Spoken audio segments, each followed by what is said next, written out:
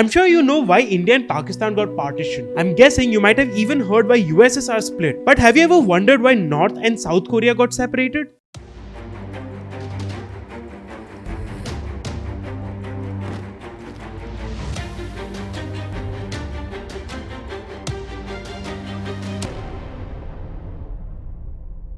The people of the two countries share the same language and culture, but their modern history is filled with conflict and division. Today, the one thing that remains between the two countries is a 4-kilometer long, heavily guarded, demilitarized zone, which can be traced back to the Korean War. Back in 1910, the Japanese colony took control of the Korean Peninsula and ruled it cruelly for 35 years. Because of the way the Korean Peninsula was ruled, the people couldn't preserve their culture. Men were forced into compulsory military service, while the women were forced to be comfort women to the Japanese soldiers. Food had also become scarce because the Japanese people took control of all the supplies, and farming was directed towards fulfilling the demand of Japan. They were so hell-bent on changing the trajectory of the Korean people that they stopped the teaching of their history and language in schools and were forced to adopt Japanese names and language. The Japanese even burned down a lot of documents related to their history in an attempt to change their story. This rule finally ended in 1945 after World War II, and Korea was finally ready to be a free country. But they had no idea about the problem that was going to fall on them, which was going to change the entire course of their future.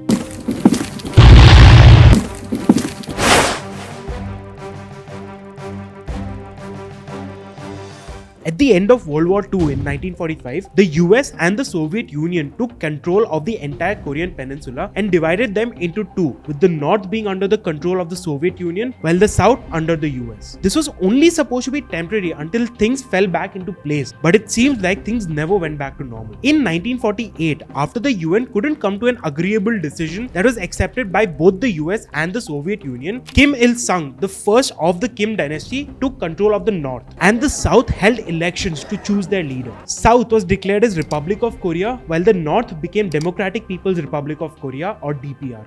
Economically, the North was far better than the South. They had way more natural resources and industries set up. They were more advanced in terms of national security as well because of the backing of the Soviet Union, who supplied them with weapons and other military equipment. To add to this, towards the end of 1949, Korean soldiers who had fought in China's civil war came down to North Korea and joined their army, strengthening it even more. That army was just waiting to fight a war. On 25th June 1950, North Korea surprised the South and the entire world by launching Operation Storm.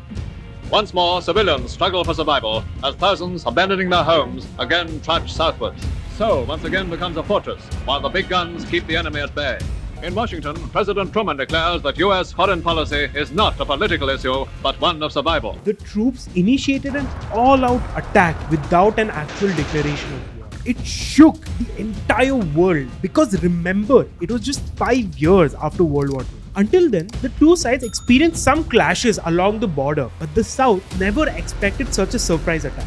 Not only was the army not prepared, but they did not have enough resources to face that attack. The North Korean troops, in a span of 3 to 4 months, dominated the entire peninsula. The UN finally intervened, and troops from 15 nations, with a majority from the US, came to protect the South. Things got complicated even more when China backed DPRK. The war finally ended in 1953, not with a peace treaty, but a demilitarized zone between the North and the South. It is difficult to calculate the amount of damage that was done, but the total death toll of the North and the South went up to about 5 million, which is almost 1/6 of the entire population of the Korean Peninsula.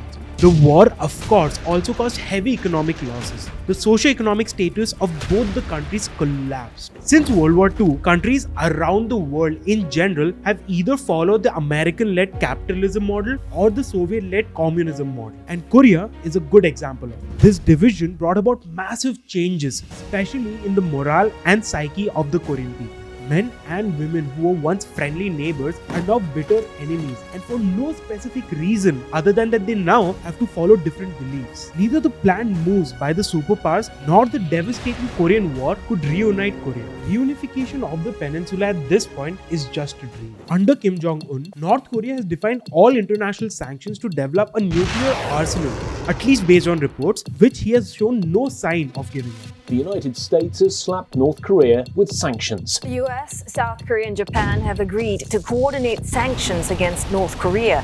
Fresh sanctions on North Korean officials involved in development and testing of ICBM. Today, North and South Korea are not just separated geographically and politically, but the 7 decades of separation has turned them into different worlds altogether. South Korea is now among one of the top economies in the world, while the North is barely surviving under very strict sanctions. The people of the two nations now are completely different, but the history of the thousands of years of a unified Korea will always be a reminder of the unnecessary division. If you found this video informative, please don't forget to share and like it. Do subscribe to our channel and you can watch similar videos here.